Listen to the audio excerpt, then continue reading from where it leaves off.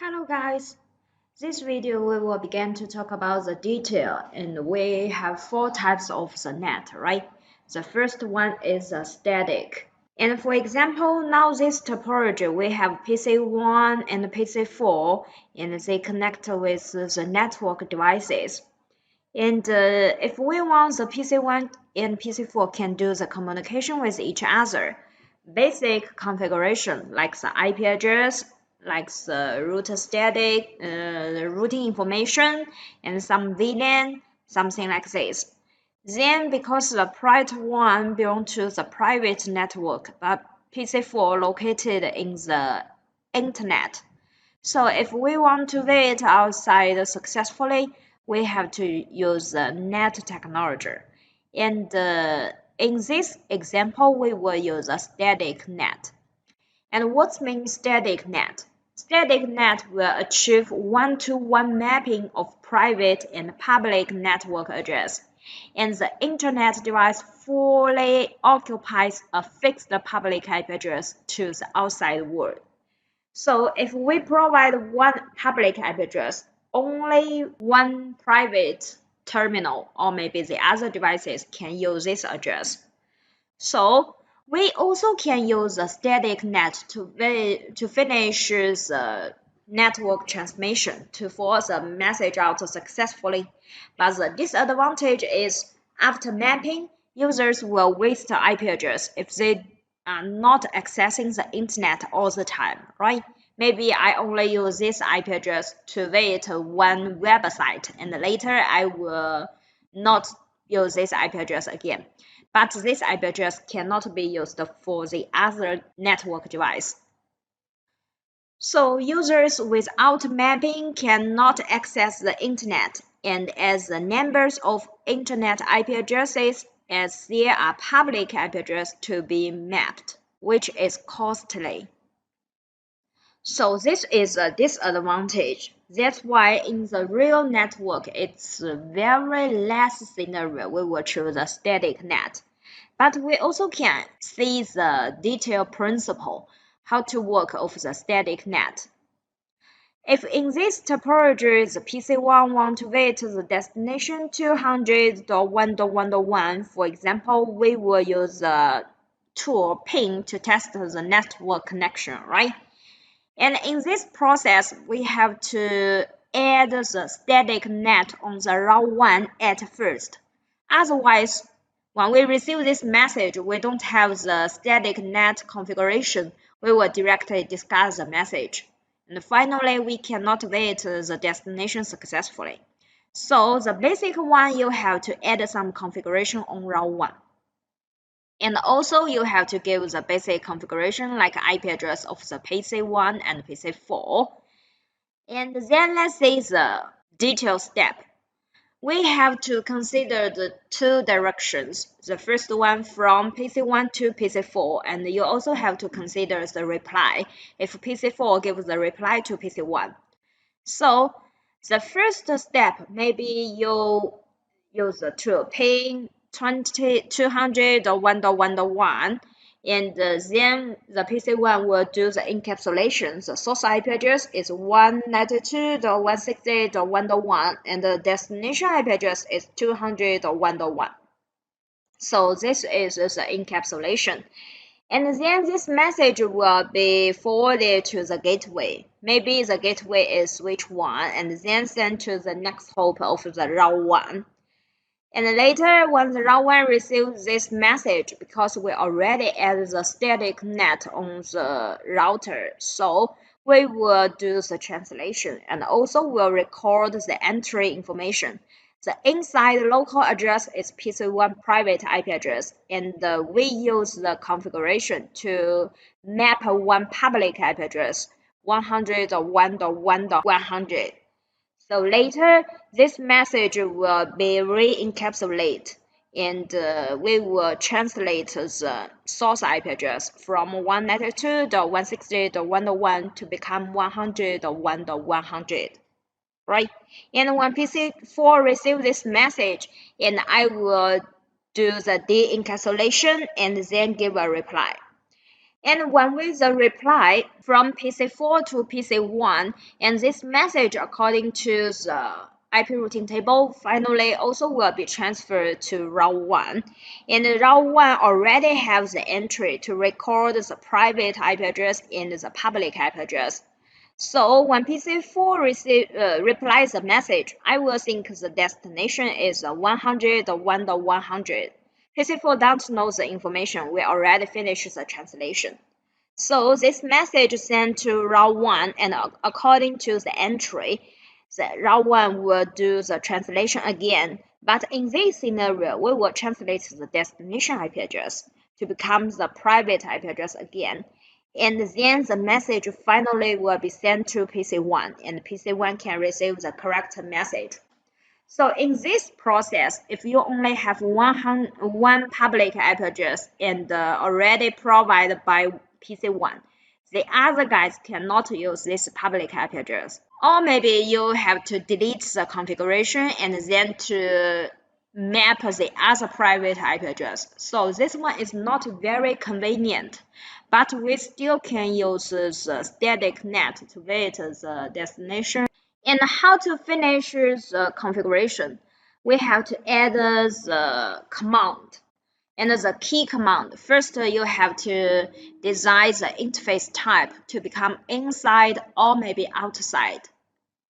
And then you have to configure the static conversion entries. And the key command is IP-NAT, what's your inside address, and what's the local address, what's your global IP address. And the keyword is static. So if we want to finish the first example, and here are the detailed command. On route 1, you have to define the inside interface and outside interface from gigabit 01 and gigabit 02. And then the key command is IP-NAT inside, source static, and then to give the local IP address is 192.168.1.1. And the public IP address is 101.100. And also, you can directly use the outer interface as a public IP address. So, if you choose the interface, that means maybe your interface change one IP address, you will continue directly to use the interface public IP address to do the translation. So this is a basic configuration. After we add the command on the route 1, then you can use the tool ping to test the network connection.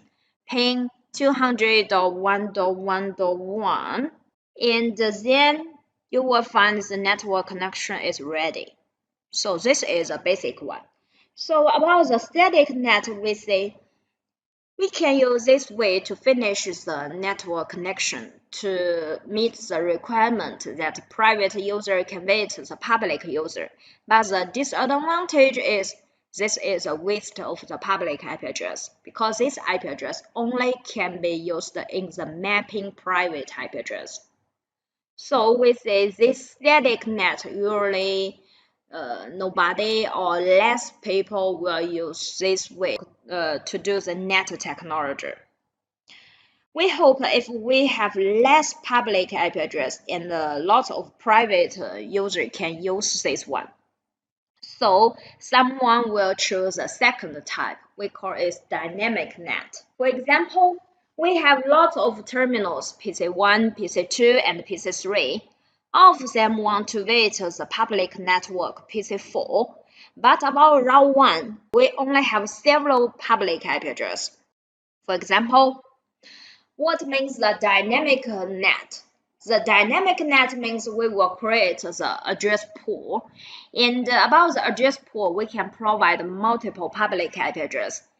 And then this public IP address can be rented to the private host to wait the external network.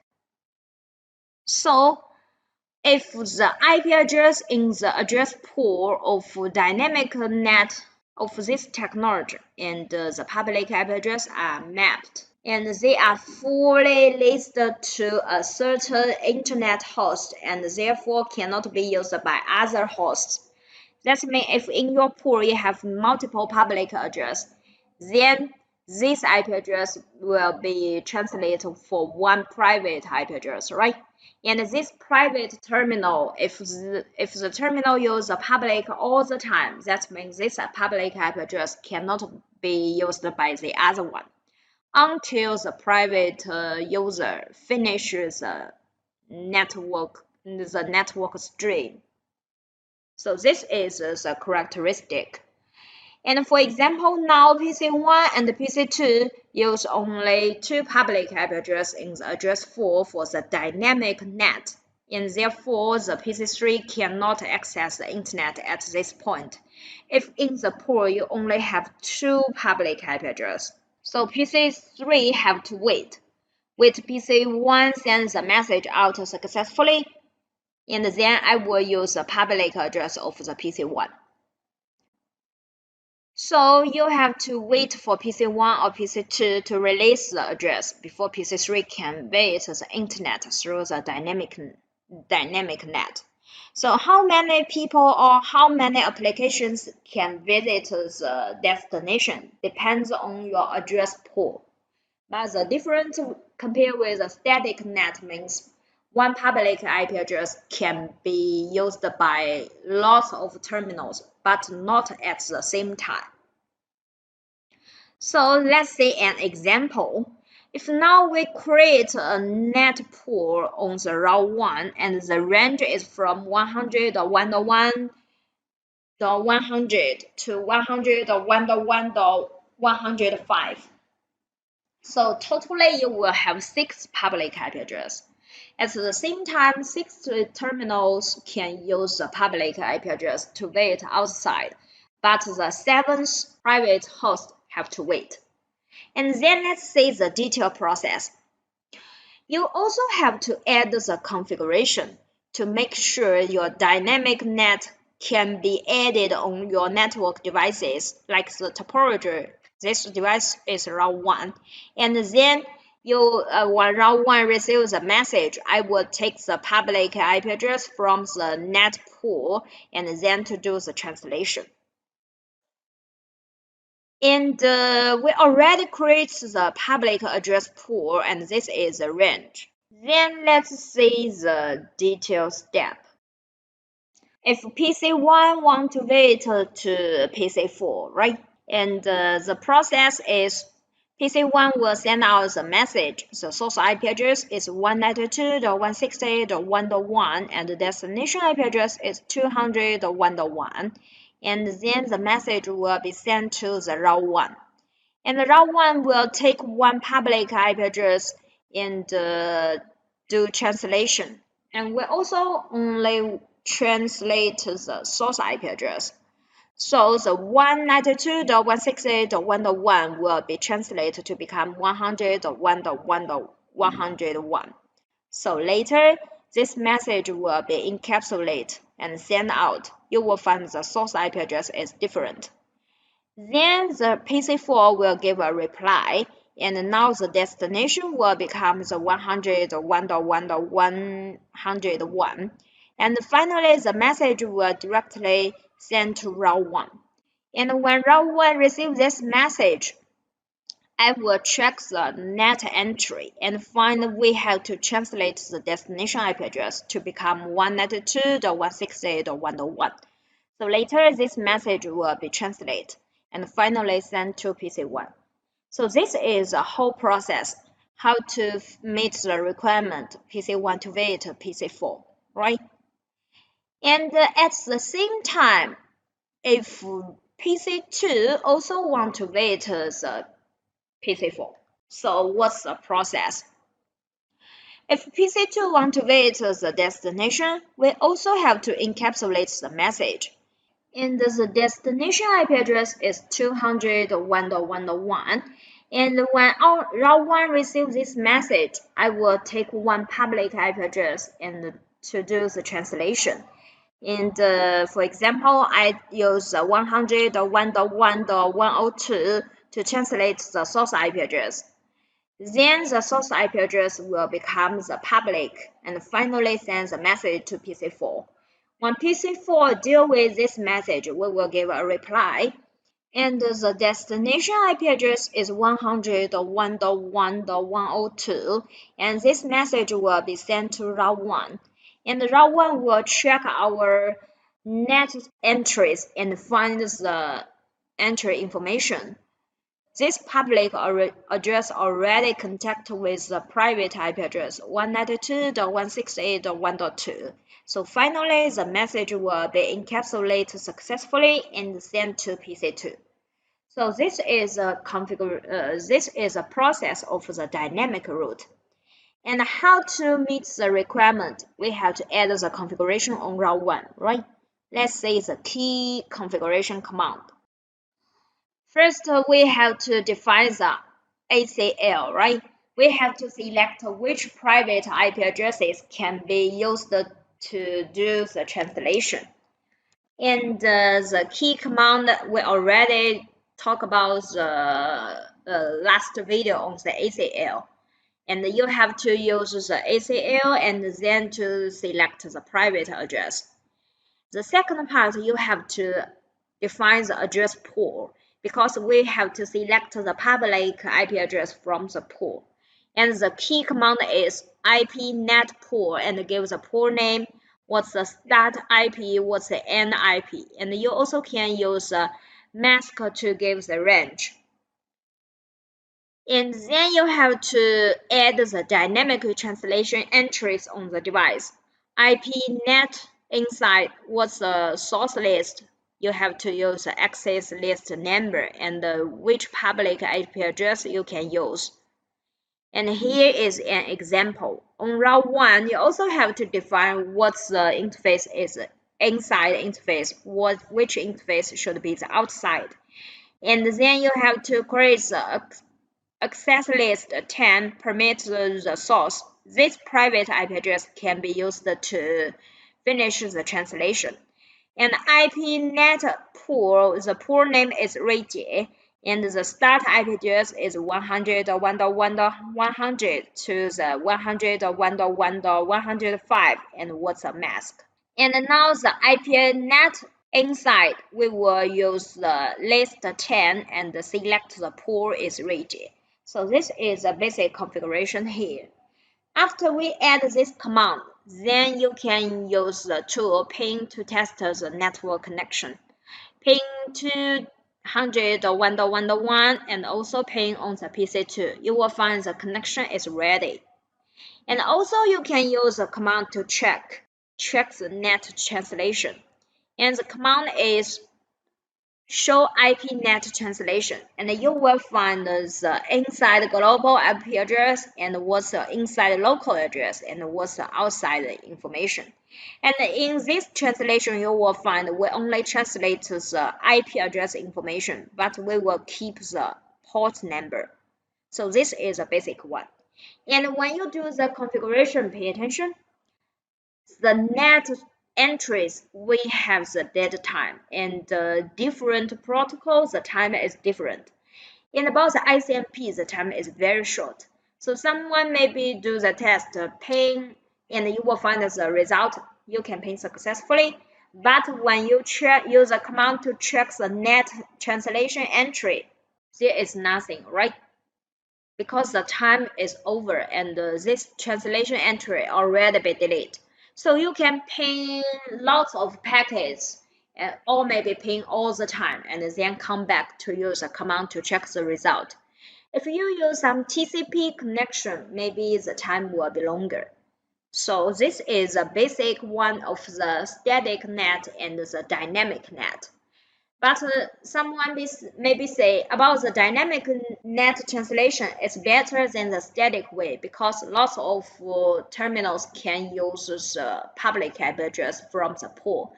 But this also still the problem of the IP address waste because about your pool, if you only have 6 public IP address, only 6 terminals can visit the internet at the same time.